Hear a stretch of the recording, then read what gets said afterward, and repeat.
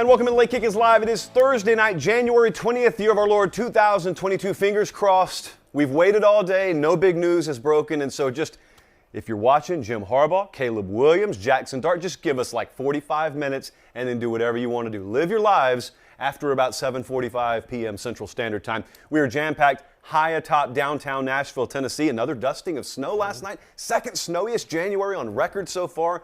Still got a little ways to go. Jim Harbaugh. We're going to talk about it tonight. I mean, this is real. He could really be headed to the NFL. We'll give you the very latest, what we know. I'm going to give you a little bit of what we think. And then we'll just irresponsibly speculate wildly about what would happen if he did leave Michigan.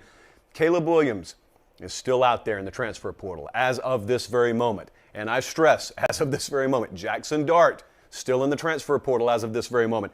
Got some news about Jalen Moody, the Alabama linebacker. If I remember to, I'll share that with you. You know what? I won't remember. Here's the news. From BamaOnline.com, looks like Jalen Moody is going to pop right out of the transfer portal and stay at Alabama. It be that way sometimes. Sometimes you go in, sometimes you come out. The transfer portal is weird that way. We've got to continue the mood tracker tonight.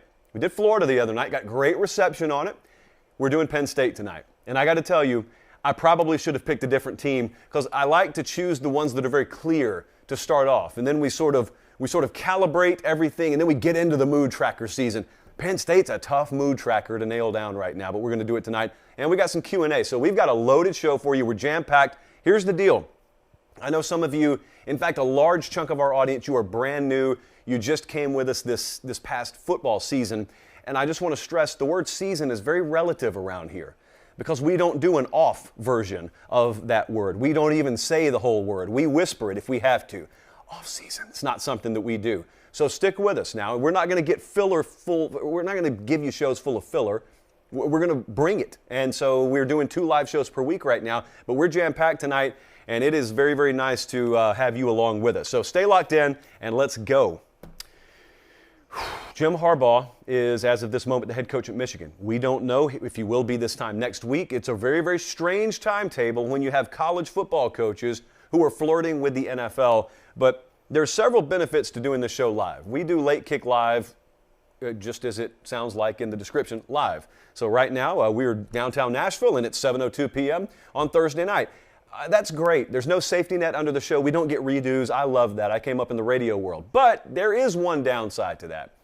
You walk into the studio completely and utterly terrified when you think something could be breaking. And so we got PAs, we got Colin in here, we got Jesse in here, and they are hitting refresh, refresh, refresh to make sure that nothing happens while we're on the air. So Jim, just give me a few minutes, buddy. Jim Harbaugh's still the head coach at Michigan right now. What do we know? We know the speculation is real here. And the speculation is that Jim Harbaugh could be very interested in the Las Vegas Raiders job. This is not some classic, Jimmy Sexton leverage maneuver. We were very familiar with that down south. Jim Harbaugh does not have Jimmy Sexton as his agent. In fact, I'll give you $100 if you can tell me who Jim Harbaugh's agent is. Because no one really knows. I mean, he kind of represents himself. He may get some help here and there. I know what that's all about because I live the Jim Harbaugh life. I don't officially have one either. But I do get some encouragement on this side, and I get some help and advice on that side. So Jim Harbaugh and I kind of always had a familiar feeling in the back of my mind that we were very similar. But Bruce Feldman, who is easily as dialed in as anyone on this, has tweeted out as recently as the last 24 hours that according to his sources in the Michigan program, might I add, according to his sources, not only is the smoke real, the expectation is if Jim Harbaugh's offered that Raiders job, he's going to take it. So that's about as real as it gets. We have Las Vegas B-roll, which I did not know. So outside of that, we don't really know a whole lot. And here's the thing. When the circle's that small, when you don't have an entire agency working at your behest, and when there is no motivation on the university's side for anyone to leak anything, it's tough for any kind of discernible information to leak out. So that's where we are right now. But also what we don't have is a timetable. But here's what my personal feel on this is. I have no reason to doubt Bruce Feldman's report. But above and beyond that, there's a chance that Jim Harbaugh could just be genuinely torn here. And I feel like that's the case. Now, this hasn't happened in the past, 3 or 4 days. This has been kind of simmering beneath the surface. And any time that you've tried to close the lid on coaching carousel season, anyone who knows anything in the industry has always told you, well, don't do it quite yet. Season's not over yet. The coaching carousel season's not over. You got to find out what Harbaugh's going to do. And we don't know what he's going to do yet. So let me ask you this, Michigan fan or otherwise, what if he does leave? What is the feel on Jim Harbaugh if he does leave? Because I got to tell you, I was talking to one of my Michigan buddies late last night, actually. And this came up, as is the case with any Michigan-based conversation I have right now. Here's what he said, and I totally agree with this. The Ohio State game obviously changed everything. And to me, to a lesser extent, the Iowa Big Ten championship game changed everything. If they were making a movie about Jim Harbaugh, let's say he leaves tomorrow and goes to Las Vegas. If they were making a movie, I think the final scene in the movie would be the Ohio State game and would be him wandering around on the field in a sea of humanity. And I'm trying to tail him with the eye, Josh, as best I can, but he's getting hugs from everyone. He's getting high fives from everyone. They finally reached what looked to be an insurmountable peak there for a long time in that rivalry, and they got there and they did it in very, very profound fashion. And I think that if you're watching it right now on YouTube, like that to me would be the closing scene. That is what people will remember if that does end up being his last season about Jim Harbaugh and his final year at Michigan. Yes, they go on to win the Big Ten championship, but it almost seemed like a formality at that point. It almost seems like you would watch the movie, and this is where the credits would start to roll, and you know, then there would be a little postscript. Jim Harbaugh's Michigan team went on to win the Big Ten before they were put out in the semifinals of the playoff. But this really was the crescendo right here. What if that had not happened? What if they had gone 10-2 this year, but the losses were to Michigan State and to Ohio State, and then he left? I think it would be one of the most hollow feelings and one of the most hollow exits that you see in sports. But because this happened, that literally changed everything to where now, if Jim Harbaugh leaves, I think most Michigan folks feel this way. They don't want to see him go, but if they do see him go, it would be so amicable. I mean, it would be so docile. There would be no vitriol. There would be no anger. It would be, let's shake hands, let's hug, let's embrace.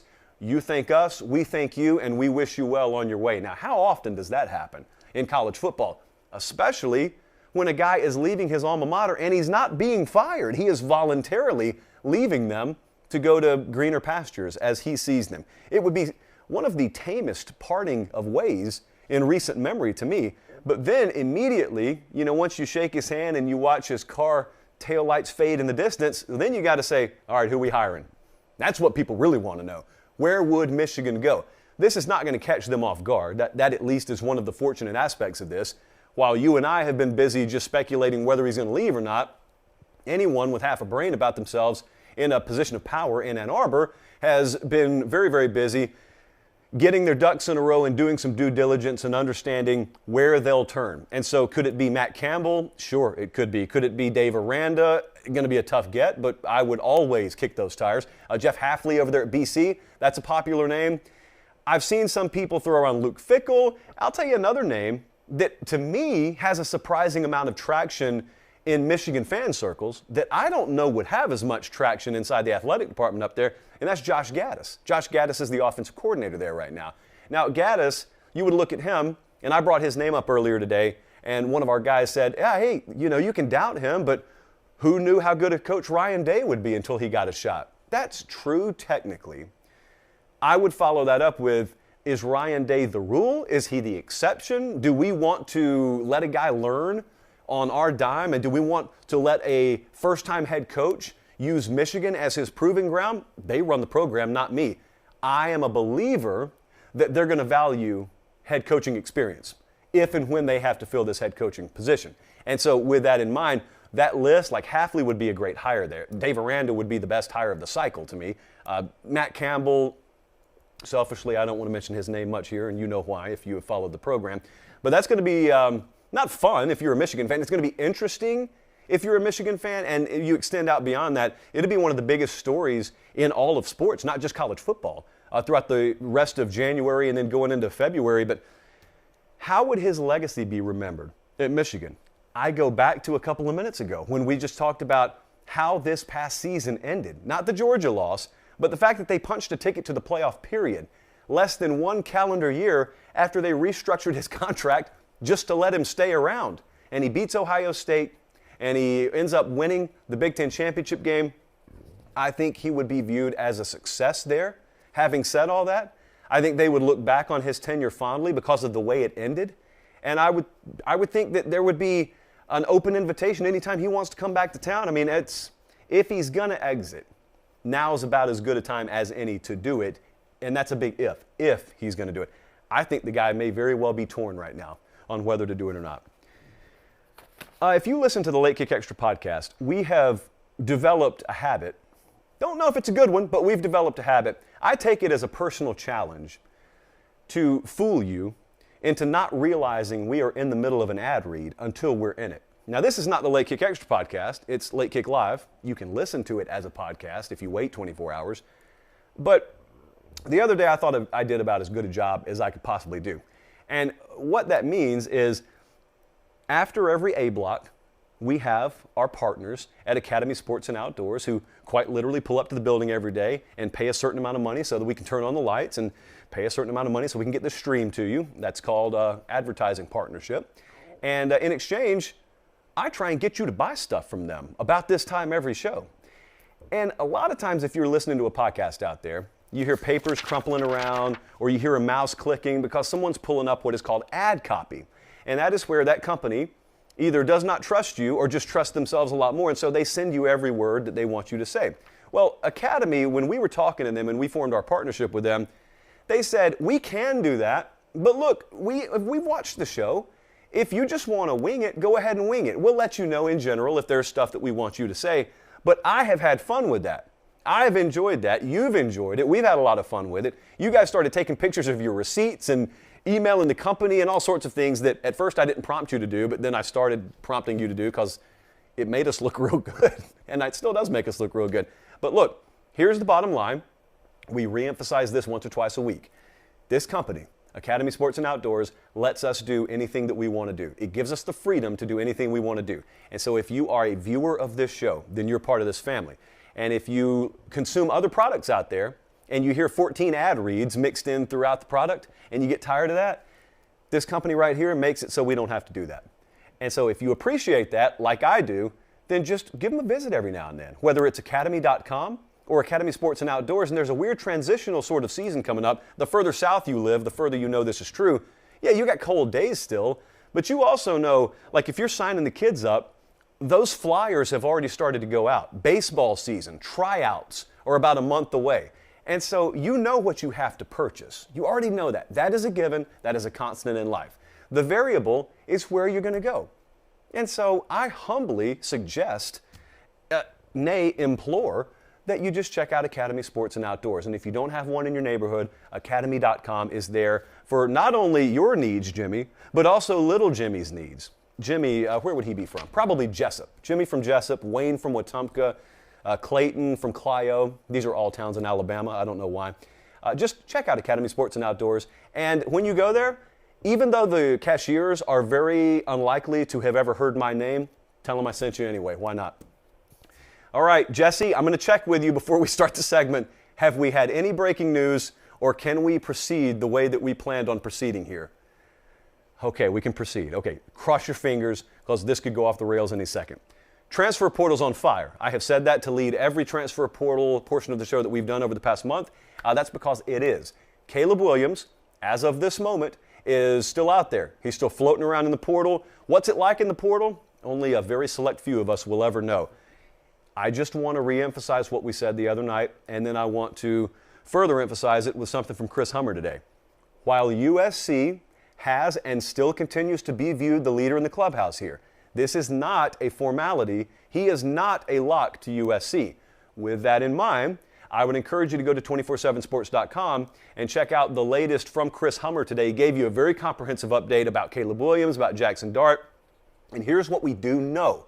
And I want to stick to what we know now because I think it's become pretty obvious there is very, very little new information coming out of this camp. They have closed things off and staffs aren't talking. They have no motivation to talk. Hummer's done a lot of digging on this, and I credit him, and it's a really, really comprehensive feature there on 247sports.com. Here's what we do know. Caleb Williams, five-star quarterback, number one player in the portal. He has visited USC. He has visited UCLA. Oklahoma, if you're watching on YouTube, you see the logo there, and you may think to yourself, why would you include Oklahoma? Isn't he leaving there? Oklahoma, just because he was the quarterback there and he entered the transfer portal, doesn't mean they're out of it. He could just as easily do what it looks like Jalen Moody from Alabama has done. You go in the portal, you don't like how it smells in here, you exit the portal. You go right back to your dorm room. He could do that. Hummer in his feature today stressed that Oklahoma's not out of this. Now, Oklahoma's got Dillon Gabriel there, and they're also trying to get Jackson Dart, who we'll talk about more in just a second. So, it's you shop, we shop. And the high likelihood is that Caleb Williams will be somewhere other than Norman, but they haven't given up hope there. Now, there's a date that may or may not mean a whole lot, and that's January 28th. So that is 8 days away from when we're doing the show live tonight. Why is 1/28 so important? Well, I know that some of you have been told otherwise, but as of now, these are still students, and that means those pesky drop ad dates for classes, when does a semester start and all that sort of stuff, it still matters. And so at USC, they are on the semester system, and the drop ad date is January 28th. Now, there is some thinking that if Caleb Williams is going to choose USC, maybe he wants to have it out of the way by then. Across town at UCLA, they're on the quarter system.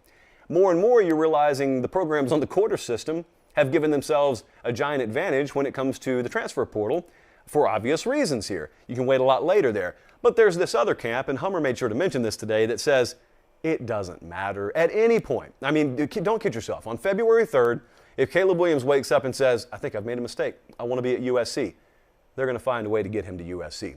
Now, what about Jackson Dart? So Jackson Dart was at USC, and technically kind of still is until he finds a new home. He's in the transfer portal too. Any minute, this could pop. Any minute. But what's popping? We don't know what's in the egg. It's like when the gobbledygooker debuted at Survivor Series 92, I think. So lame. But they just had a giant egg there, and they advertised it, and you didn't know what was going to come out of the egg. Well, we know it's Jackson Dart. He's already hatched from his egg. We don't know where he's landing. What do we know? Well, what we know is he has already visited Oklahoma. He has visited Ole Miss. He was rumored and even reported to be on campus at Brigham Young, known by some as the acronym, but I can't pronounce the Y. That's been established on this show, so I just say Brigham Young University. And that was yesterday. That was as recently as yesterday. So we've got Oklahoma, we got Ole Miss, we got potentially Brigham Young there. He's from Utah, so it makes sense if you're trying to figure out what is one doesn't look like the other there. There's a reason they're there. I'm still leaning Ole Miss here, and that's because I feel like Ole Miss is the best fit. I know they feel good. Hummer talked about it too. Ole Miss feels good. You don't often talk to folks this late in the game who say we don't feel particularly great, but Ole Miss does feel good about their chances. And here's really what it comes down to. Matt Corral's on his way out. So if you just view this from 50,000 feet, it feels like Jackson Dart has an immediate opportunity to walk in and start for Lane Kiffin. That's what it feels like. Whereas at Oklahoma, they've brought in Dillon Gabriel. But here's another important note that was in this feature today. Oklahoma's entire angle in trying to attract Jackson Dart has been selling competition. And they've sold the ability to come in and compete with Dillon Gabriel, who was the transfer from UCF. And the part A there is maybe you just beat him out and you win. The part B is they're trying to sell him on even if you don't win the job, you come in, he starts 1 year, and then you're right there and you're in prime position. You should be in no hurry. You got plenty of time. I don't know how effective that's going to be. It sounds like they've done as good a job as they can of using that approach to try and attract him. But I do want to emphasize, Brigham Young seems like a real threat here too. So those are three, and I mean, it literally would not shock me if by the time we went off the air tonight, we knew something. Because no one really knows what the hang-up ever is.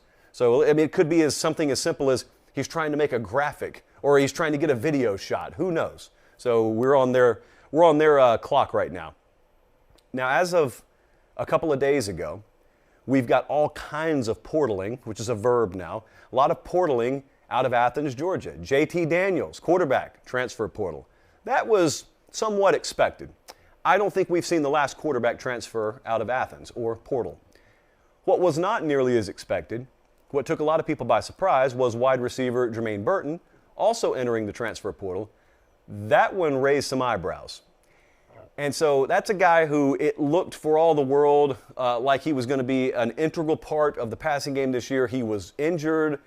And, he didn't really put up big numbers. Brock Bowers was the main passing threat there. George Pickens came back later in the year. Well, Jermaine Burton has entered the transfer portal. He did it the same day that Stetson Bennett announced he was coming back, which was also the same day that JT Daniels announced. It was like someone had the pause button hit, and then they walked back in and they pressed play, and everybody announced their intentions for the upcoming season. So that was a little unexpected. Jermaine Burton can be a big player. He could be a big player at Georgia. I think he's going to be a very, very key piece of someone's offense wherever he goes. Alabama's in this. Alabama was very much in the Kayshon Boutte picture. And for some reasons behind the scenes, that kind of went quiet. And who knows if that ever cranks back up again. If it does, I can assure you it would be after spring. But I think Alabama's in the market for one more receiver. That's my personal feel. Whether it's Jermaine Burton or not remains to be seen. As you can see, guys are still entering the portal. So we'll see about that, but you're hearing a lot of Alabama behind the scenes. LSU is there, A&M's there, Maryland is there. I think he's close to Baby Tua, Taulia Tagovailoa, in other words. So I don't know how figured out that picture is yet. And again, you never know to what degree a guy is in a hurry. And you also have to check with the academic situation at each university. But keep an eye on that one. Jermaine Burton. And then at Georgia, let's keep an eye on that quarterback situation probably after spring practice. Maybe before, but I would probably expect, and a lot of people around the program expect that after spring, you may see some more movement there. There was another move today that I don't want to gloss over. Jarek Bernard-Converse, who is well, you may not know his name, but you've probably watched him play. He is a first-team All-Big 12 defensive back out of Oklahoma State, and he entered his name into the portal today. He's a 4-year starter, started a ton of games, he's played a ton of ball. That's going to be a very, very highly sought-after corner defensive back guy. So we don't have a ton of information on him right now, but he's the real deal and would translate his skills very favorably to pretty much any defense in the country. I would expect a whole lot of big names to come after him. Look, there's some stuff on the up and up happening out there. There's some shady stuff happening out there. I was told today, I will not mention any names, but I was told today about a high-profile player from the G5 level who has heard from a vast majority of teams in a conference. And you may say, well, isn't that tampering if he's not in the portal? And I would say to you, yeah, that's pretty much what they call that. That is tampering. But yet it's happening, kids. It's a dirty world out there. You really, really got to button your shirt up tight before you head out the door right now in the portal. Because sometimes you don't have to be in the portal to pretend like you're in the portal and people treat you like you're in the portal. That's where we are right now. It is a very confusing time, a very hazy time. But when this happens, the title of the show tonight was kind of ticking time bombs. When Harbaugh happens, it's going to be a big, big deal if it does go down. When Caleb Williams announces wherever he's going, especially if it's not USC, it would be a mega deal. Either way, it's a huge deal. Jackson Dart, whenever he announces, that's going to be a big deal. And as you can tell, it's kind of a lot of nervous energy around the show because we're just waiting. We're just waiting. The Mood Tracker is your favorite segment on the show, as it turns out. The Mood Tracker, we put it on pause for the season for obvious reasons, and then we get into this time of year, and we can take a healthy inventory of the temperature of a fan base. So tonight, the Mood Tracker rolls on, and we're headed up to Happy Valley, and we're going to State College, Pennsylvania, and it is Penn State Mood Tracker night, and I did not appreciate how complex this situation is. Producer Jesse is a Penn State grad, and I asked him today, Jesse, we're doing Penn State tonight, what's your mood? And then you just see the bubbles, and there's bubbles, and there's bubbles, and it's like, Jesse, I just want 4 or 5 words. Why are you typing this much? And he ended up telling me, look, it's very complicated. So I went over to Lions247.com. Surely these folks will make sense of this for me. And I said, I'm talking about it on the show tonight. Look, I need your honest, sage opinion. What is the mood here? How are you feeling? 5 words or less about Penn State. Then I went to the gym. And I came back, and what I expected was, I expected 10 or 15 responses. I get back, and I go to the Penn State board. I'm actually pulling it up right now. There are 100 responses to this, about 5,000 views, and we are several pages deep on this thread. We are 4 pages deep on this thread right now. And what I've come to realize is it's so complex because it's fragmented. The mood around Penn State football right now is fragmented, not divided. I didn't say divided, because if I were to tell you it's divided, that would be the classic Camp A versus Camp B. We've got like 14 camps here. There are several different moods around Penn State football, so it's fragmented. But I want to be very careful with how I state that. There aren't very many people who are bailing on the program. It's not like that. It's not a bunch of James Franklin on the hot seat. It's not a bunch of, oh, we're screwed. I'm just going to give up and I'll come back, in better days, brighter days. It's not like that. They're just varying degrees of hope. There's some jaded sides of things. There's some eternal optimistic side of things, but it's just fragmented. So here's what it sounds like. If you do not have access to this thread, subscribe to 247sports.com and go check it out. But if you don't, I'll just tell you, I'll just sum it up. You got several camps. One of the camps would sound like this. One of the camps would say, you need to have some perspective here, because it's very obvious. If we do nothing more than go back to the Iowa game this past year and Sean Clifford, our quarterback, doesn't get hurt, we win that game. If they win the Iowa game, they're 6-0. They go into the bye week. They come out of the bye week, their remaining schedule would be Illinois. I have a sneaking suspicion they don't lose that game if Clifford's not hurt. At Ohio State, at Maryland, Michigan, Rutgers, at Michigan State. They go from 7-5, which is what they actually ended with, to what? 10-2? And at that point, you're celebrating the season, and all you did was change one injury. Quarterback, big position. But one camp would say, listen, the reality is we just suffered some bad luck this past year. But then there's another camp that would come in, and they'd say, well, it's not like we disagree with you wholeheartedly, but you're not telling the whole story there. And Camp A would say, okay, what do you mean? They'd sit back, put their pipe in their mouth. And then Camp B would say, well, did you watch Georgia football this year, for example? And Camp A would say, yeah, what are you getting at? Camp B says, well, Georgia lost JT Daniels, who was their starting quarterback. They never saw him again. He never came back. And they took the backup, who's a former walk-on, and they kind of won a national championship with him. And then Camp A would say, yeah, I watched the game. What's your point? And Camp B would say, why didn't we have our quarterback situation figured out? Like, did it never occur to anyone, Sean Clifford could get hurt one day. And then when he gets hurt, we don't have anything. Then Camp C, who's kind of sitting over here as an innocent, neutral bystander so far, they say, wait a second, now I got something to say about that. And Camp C comes in and says, we kind of did have our quarterback situation set up, but then the evil transfer portal came along, and it snatched Will Levis, our backup, from us, and he ended up being the starting quarterback down at Kentucky. And so is it really all that fair to criticize the coaching staff? Because even though they did technically have the quarterback situation figured out, how many teams out there can afford to lose their backup and then have their starter go down and still just cruise merrily along? And then Camp D would come in. We're only 4 camps deep. There's like 10 more to go. I'm not going to list them all. But Camp D would come in, and it would sound something like this. And this is the camp that wants to sound high and mighty and probably intellectually above the room, even though they're making good points. And they would say, look, quarterback hurt or not, were we really going to win the Big Ten this year? I mean, our offensive line was very suspect. Our running back play was very suspect. We had Jahan Dotson out there and couldn't get him the ball half as much as we should have gotten it to him. But I want to ask this. How serious are we really about this whole thing? I mean, it's not like our facilities and infrastructure situation just magically vanished because we had James Franklin sign a new piece of paper here. And I'll go this far too.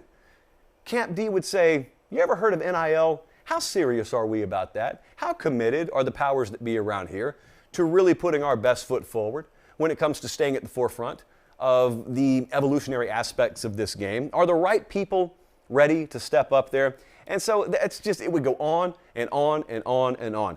And you would have some people say, look, I guess we know what our ceiling is until we get quarterback figured out. And then you'd have another camp that says, look, I mean, I trust our coaching staff to get good players in here.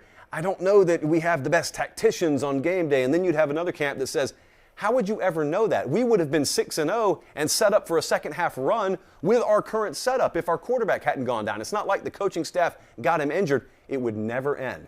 I've got evidence because I'm looking at this thread right now. Even as we're live, there are people posting in this thread. It's never ending.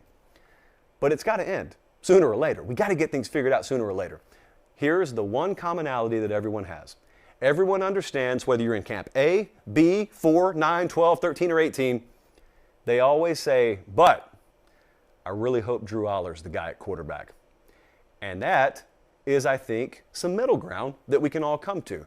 It's the first 5-star quarterback they've brought on campus since a guy named Christian Hackenberg. Seems like a long time ago. It really wasn't all that long ago. Sean Clifford has announced he's going to come back. That was met with a collective, okay, literally a yawn.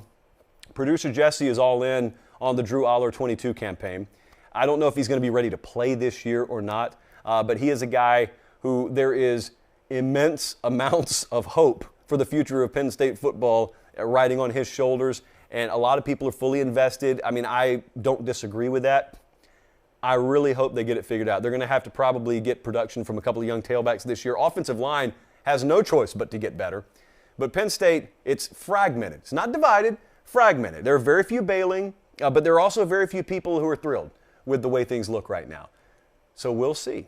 Very fragmented. And I don't know when we do the post-spring update that it's going to have changed a whole lot. But I was not ready for how complex and how layered the mood tracker ended up being for Penn State today. Because if you ask me to repeat what I just said, I think I just have to start all over from scratch and just scroll through this thread again. All right, for those of you, again, I mentioned this earlier. I'm going to mention it again.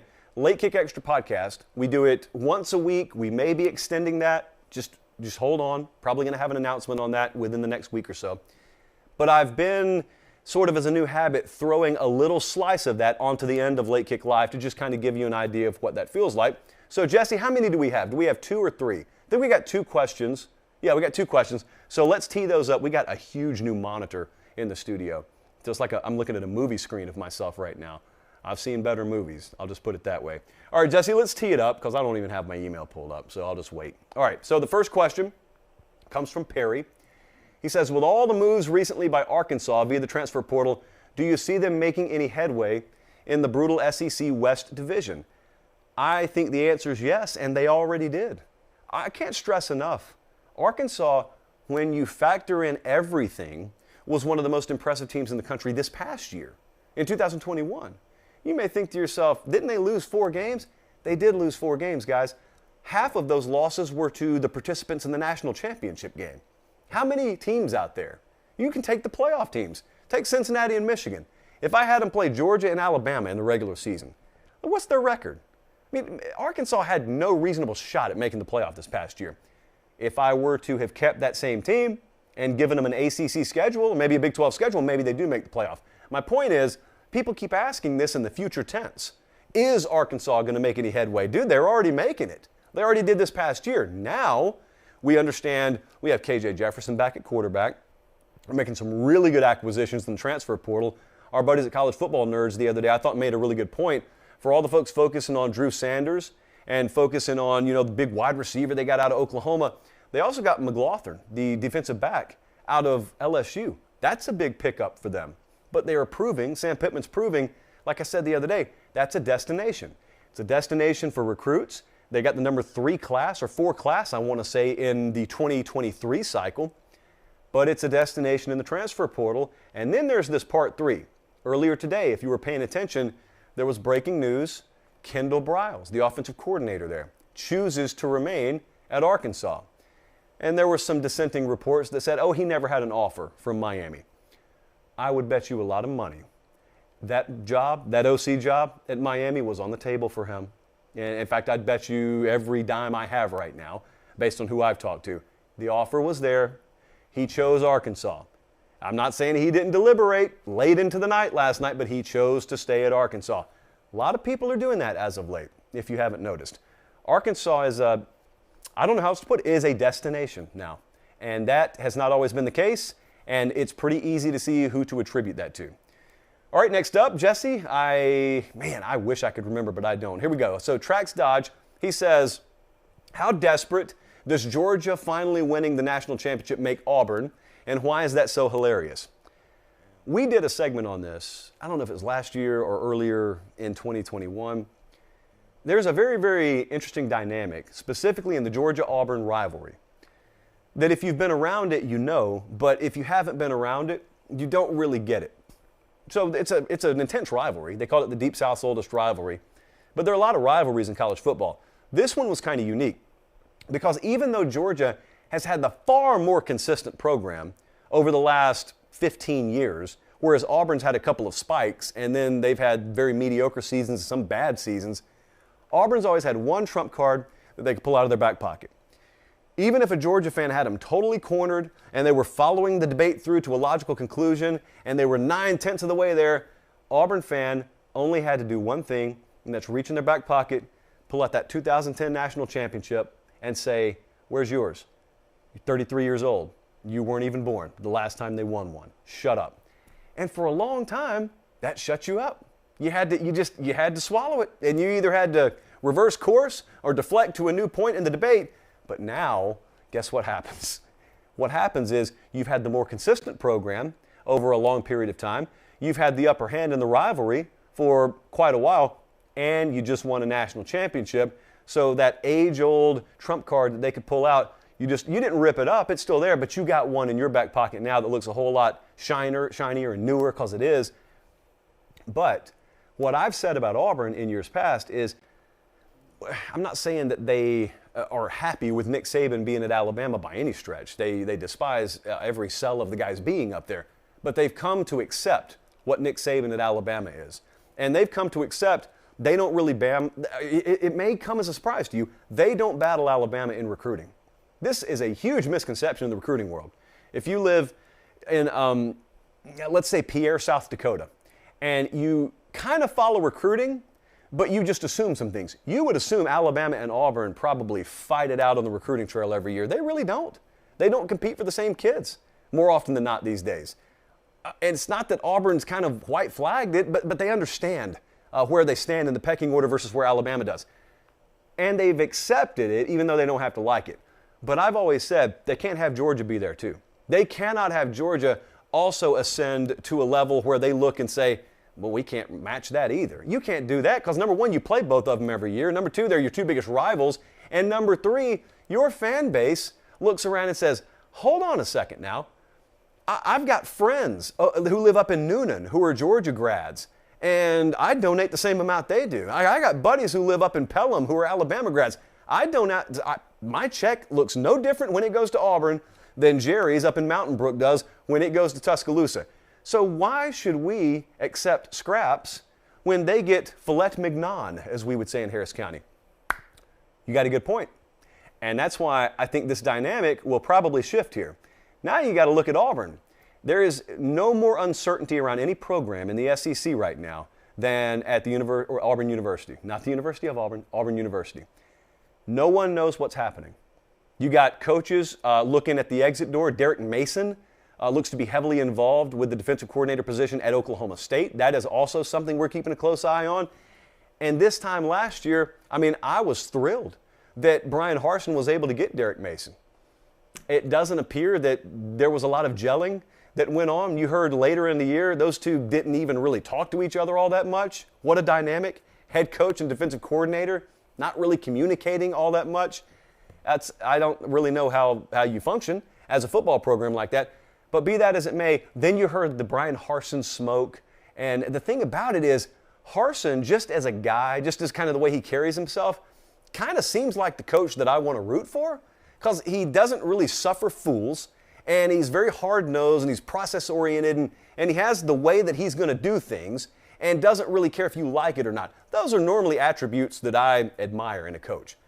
Having said that, there's also a certain level of communication and a certain level of cohesion that you have to have. You have to blend into the fabric of wherever it is you are, in this sport at least. It doesn't feel like he may have done that down there, and so people don't know. There's a lot of uncertainty around the future of Auburn, and the reason I'm teeing that up like this is because if there are changes, I'm not telling you anything's imminent, but if there end up being changes in the next 24 to 36 months for Auburn football, how critical will that hire be? They're all critical. But think about how critical that would be when you've got Alabama just what they have been for a long time, but then you got Georgia ascending to who knows what level. I can assure you LSU's not going to get worse under Brian Kelly. And oh, by the way, Jimbo Fisher and Texas A&M are about to lock up the highest rated recruited class in history. And you got to play every single one of those teams every year. That is a third of your schedule. 33% of your schedule is made up of Nick Saban, Kirby Smart, Brian Kelly, and Jimbo Fisher. You want to talk about a pressure cooker. That is why I continue to maintain when you factor in everything, this is the toughest job in America. No, it's not as easy to win at Miami of Ohio as it is Auburn. Absolutely. It's a tougher thing to try and achieve at a high level in the AAC than it is in the SEC. But here's the thing about it. When you're at East Carolina, they don't have the expectation level they do at Auburn. Auburn's got sky-high expectations, rightfully, in my opinion, because of the fan base. They invest just like the other fan bases do. They're not going to look around and say, all right, we're still going to invest in an A level, but we're just going to accept C+ results. It's not the way it works in the real world or in this world. It's not the way it works. That's the toughest job in major college football right now. Brian Harson's got it. I don't know for how long, but Brian Harson's got it. But that whole dynamic and Kirby Smart winning a national title at Georgia, you can't imagine, unless you're really close to it on the ground, you can't imagine the pressure that already was there, how much that temperature knob gets turned all the way past 10 to 11. Very uncomfortable times. All right, we're done. We didn't have any news break today, during the show at least, so who knows what happens. But once we go off air, and it's not our responsibility. So thank you so much for being tuned in. Make sure you're following on Twitter and Instagram, because obviously if this stuff happens, who knows? We may have a Twitter Spaces thing we jump into. We got all kinds of things that happen there that don't happen on the show.